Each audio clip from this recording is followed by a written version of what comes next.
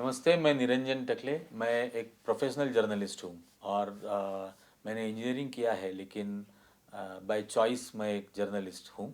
पिछले 20-21 साल से मैं जर्नलिज्म में काम किया है और मैं नेटवर्क 18 का नॉर्थ महाराष्ट्र में ब्यूरो चीफ था। मैं द वीक मैगज़ीन के साथ स्पेशल कॉरेस्पॉन्डेंट के तौर पर मैंने काफ़ी साल काम किया हुआ है। और वीक में काम करते समय मुझे ये मौका मिला था कि मैं अलग अलग विषयों पर काम करूं, अलग अलग सब्जेक्ट्स और इश्यूज़ के बारे में सीखूं, समझूं और उसके बारे में मैं रिपोर्ट करूं। मेरी ज़िंदगी का सबसे इम्पॉर्टेंट स्टोरी जो मैंने की थी और जो एक्सपीरियंस मुझे लाइफ टाइम एक्सपीरियंस जो मैं कह सकता हूँ वो मिला था, वो 2015 में जो हम सब जानते हैं कि महात्मा गांधी साउथ अफ्रीका से भारत लौटे थे 9 जनवरी 1915 को, गोपाल कृष्ण गोखले के कहने पर। और वो आने के बाद उन्होंने गोपाल कृष्ण गोखले जी के सर्वेंट्स ऑफ इंडिया के सोसाइटी के साथ एज अ प्रोबेशन पीरियड उन्होंने पूरे भारत में ट्रेन की थर्ड क्लास कंपार्टमेंट से एक सफ़र किया था। भारत के लोगों को, उनकी समस्याओं को जानने के लिए, समझने के लिए, सीखने के लिए और सोचने के लिए कि किस तरह से उन समस्याओं को, उन कष्टों को उनके आसान किया जा सकता है, सुलझाया जा सकता है। तो मेरे ख्याल में ये था कि शायद भारत के इतिहास में ये एकमात्र ऐसी यात्रा है जो भारत और भारतीयों को समझने के लिए की गई है। उसके बाद कई सारी यात्राएं हुई, लेकिन मैं समझता हूँ कि वो सारी तोड़ने के लिए थी समाज को। लेकिन ये एकमात्र यात्रा थी गांधी जी की जो भारत और भारत के लोगों को समझने के लिए, उनके दुख दर्द को समझने के लिए हुई थी। तो मैं काफ़ी उससे मतलब it had caught my imagination. वो उसने मेरी मतलब पूरी तरह से मेरे दिमाग का एक हिस्सा ये जकड़ लिया था कि क्यों ना इसके अगर 100 साल आज हो रहे हैं 2015 में, तो क्यों ना फिर से एक बार ये देखे कि 100 साल बाद का भारत कैसा है, 100 साल के भारत बाद के भारत की समस्याएं क्या है, दुख क्या है, और 100 साल के बाद का भारत गांधी जी के बारे में किस तरह से सोचता है। तो ये सफ़र मैंने किया था 14,432 किलोमीटर करीब। और उसी तरह से मैंने किया था जो ट्रेन की जनरल क्लास कंपार्टमेंट में, जो अनरिजर्व कंपार्टमेंट होती है उसमें ये पूरा सफ़र करना था। इसकी शुरुआत मैंने की थी राजकोट से।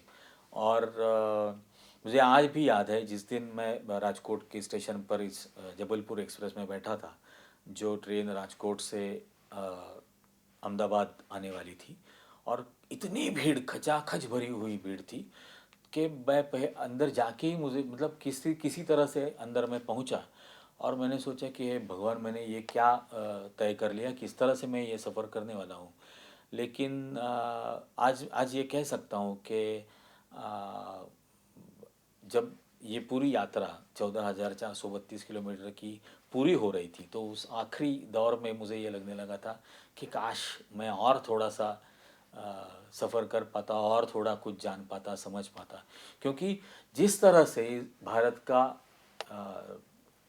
गरीब सोचता है, जो इसेंशियली उस थर्ड क्लास कंपार्टमेंट में सफ़र करता है, तो किस तरह से वो सोचता है, उसकी ज़िंदगी के क्या अनुभव है, वो उसकी समस्याएं क्या है, उसके दुख कैसे है, किस तरह से वो एक दूसरे की मदद करते हैं। ये सारा अनुभव मुझे मिल रहा था। और मैं वाकई में ये कह सकता हूँ कि ये एक ज़िंदगी का बेहतरीन अनुभव है, जिसकी वजह से मेरे खुद की ज़िंदगी में काफ़ी सारे बदलाव आए। और इसके बारे में ये ज़रूरी था कि मैं गांधी जी के उस सफ़र के बारे में थोड़ा सा समझूं, पढ़ूं। तो मैंने महात्मा के जो 8 खंड है गांधी जी के बारे में, डीजी तेंदुलकर ने लिखे हुए, और जिसकी प्रस्तावना पंडित नेहरू जी ने खुद लिखी थी, तो मुझे लगा कि ये एक ऑथेंटिक उनका चरित्र है, तो उसे पढ़ना चाहिए। तो मैंने वो पढ़ा। काफ़ी सारा बाकी जो साहित्य उपलब्ध है उनके बारे में, आर्काइव्स उपलब्ध है, वो सारे भी मैंने पढ़े थे। तो मुझे लगा कि ये सफ़र करना चाहिए। और अचरज की बात ये थी कि 1915 को 9 जनवरी को जब गांधी जी बम्बई पहुँचे, तो वो शिप से आए थे। और गांधी जी ये पहले ऐसे व्यक्ति थे, भारतीय व्यक्ति थे, जिनको अपोलो बंदर पर उतरने की इजाज़त दी गई थी। उसके बाकी सारे भारतीयों को आज जो येलो गेट डॉक्स कहा जाता है वहाँ पर उनको उतारा जाता था, और अपोलो बंदर पर सिर्फ ब्रिटिश ऑफिसर्स और ब्रिटिश नागरिकों को उतरने की इजाज़त दी जाती थी।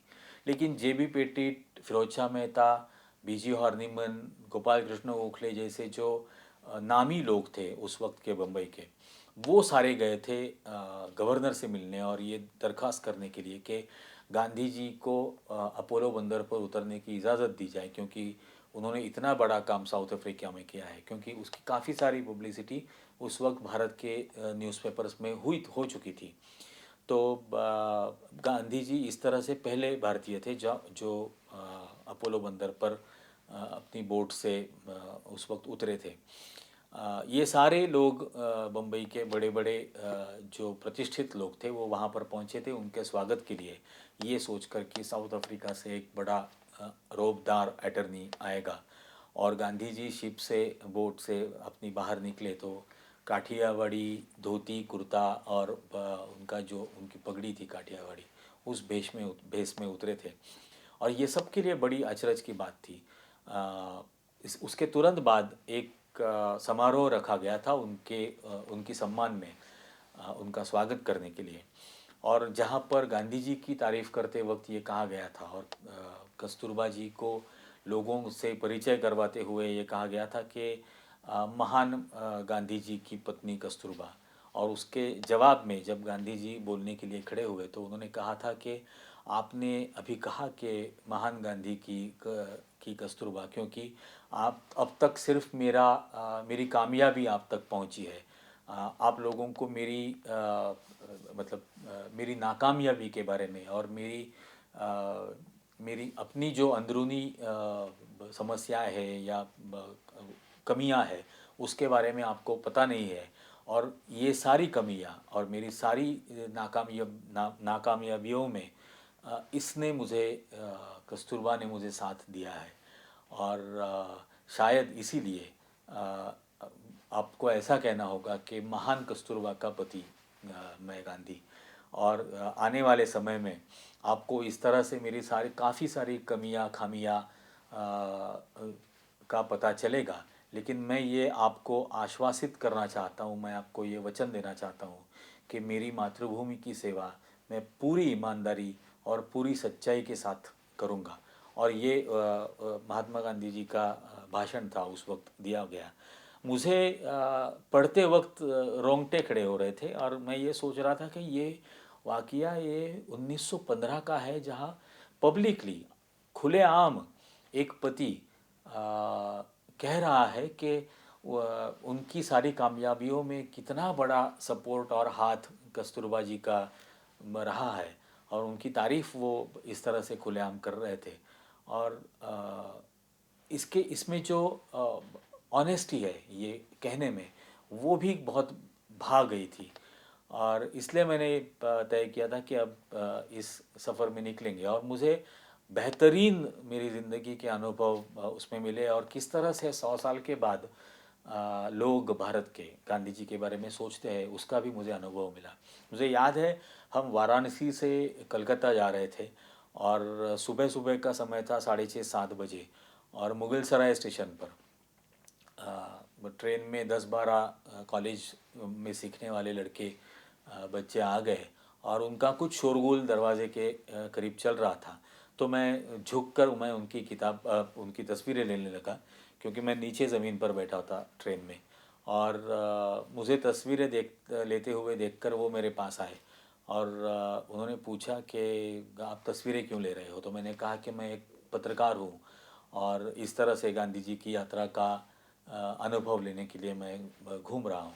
तो वो वहीं पर सारी भीड़ भाड़ में उन्होंने अपने आप को एडजस्ट कर लिया और वो मुझसे बातें करने लगे। एक लड़के ने मुझे कहा कि तो क्या आप चंपारण गए थे? तो दूसरे ने इनफैक्ट उसे कहा, मैं कुछ कहने से पहले, कि नहीं नहीं, ये 1915 की बात कर रहे, चंपारण 17 में हुआ था। तो वो बच्चे जानते थे कि चंपारण कब हुआ, गांधी जी के बारे में जानते थे। मुझे बहुत अचरज हुआ जब उन्होंने मुझसे गांधी नेहरू, गांधी पटेल, गांधी जिन्ना, गांधी सावरकर, इन सारी बातों पर डिटेल में विस्तार से मुझसे वो बात कर रहे थे। और मैं बहुत खुश भी हुआ था। मैंने उनसे कहा भी कि मैं वाकई में, मुझे बहुत आनंद हो रहा कि आप सिर्फ पढ़े लिखे नहीं हो, आप अच्छी तरह से पढ़े लिखे हो। तो उनमें से एक लड़के ने मुझे कहा कि बाबूजी, आप इस बात को मत भूलिएगा कि आप उस प्रांत के बच्चों से बात कर रहे हैं जहाँ विश्व का पहला विश्वविद्यापीठ था। और वो कॉन्फिडेंस, वो जो आत्मविश्वास उस लड़के में था। और देखिए, थर्ड क्लास कंपार्टमेंट में, जनरल क्लास कंपार्टमेंट में सफ़र करने वाले वो लड़के आम फैमिली से, परिवार से आए थे। और लेकिन वो जो आत्मविश्वास दिख रहा था वो बहुत, मतलब, खुश कर रहा था मुझे अंदर से। उसी वक्त एक आदमी हमारे साथ सफ़र कर रहा था जो कंस्ट्रक्शन की साइट्स पर मजदूरी करता था।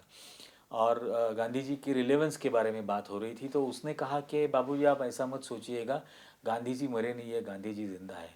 तो मैंने उसे पूछा कि आप ऐसा क्यों सोचते हो? बाकी लोग तो मजाक उड़ा रहे कि सत्य अहिंसा का भी कुछ महत्व नहीं है। बोला, वो ठीक है, मजाक उड़ाने दो उनको, लेकिन आपको मैं एक बात बताता हूँ कि गांधी जी की हत्यारे के समर्थन करने वाले पहले लोग थे। आज तो उनके हत्यारे की तारीफ करने वाले लोग हैं, और बहुत बड़ी मात्रा में वो लोग दिख रहे हैं हमें। लेकिन फिर भी इसके बावजूद पिछले 70 सालों में उनमें से किसी की भी इतनी हिम्मत नहीं हुई कि वो अपने बच्चे का नाम नथुराम रख सके। और ये देश ऐसा है जहाँ पर बच्चों का नाम रावण, कंस या नथुराम नहीं रखा जाता। और जब तक ये शर्म और हया ज़िंदा है, तब तक गांधी जी ज़िंदा है। जिस दिन ये शर्म ख़त्म हो जाएगी, तब हम समझेंगे शायद कि गांधी जी नहीं रहे। लेकिन वो सुनकर मुझे ऐसा लगा कि हाँ, यहाँ यहाँ पर उम्मीद है। और इस तरह से सोचने वाले लोग जब तक इस देश में है, और जब तक हम उन पर काम कर सकेंगे, जब तक हम उनके साथ जुड़ सकेंगे, तो मुझे पूरा यकीन है कि गांधी जी ने जिन मूल्यों के लिए अपनी पूरी ज़िंदगी बिताई थी, जो चरित्र गांधी जी का पूरी ज़िंदगी भर रहा था, जो ऐसा चरित्र जो आम शब्दों को मंत्रों की ताकत देता था, चले जाओ, जो 1942 का उनके उनके दो शब्द थे, उन दो शब्दों को पूरे देश ने एक मंत्रों की ताकत दे दी थी, क्योंकि वो गांधी जी ने कहे थे। तो ये जो चरित्र की ताकत है, वो उसका अनुभव उस वक्त हो रहा था इन आम गरीब हिंदू भारतीय लोगों के साथ सफ़र करते वक्त। और मुझे पूरी उम्मीद है कि यही वो लोग हैं जो फिर से एक बार गांधी जी की सारी मूल्यों को पुनर्स्थापित करेंगे हमारे भारत में। धन्यवाद।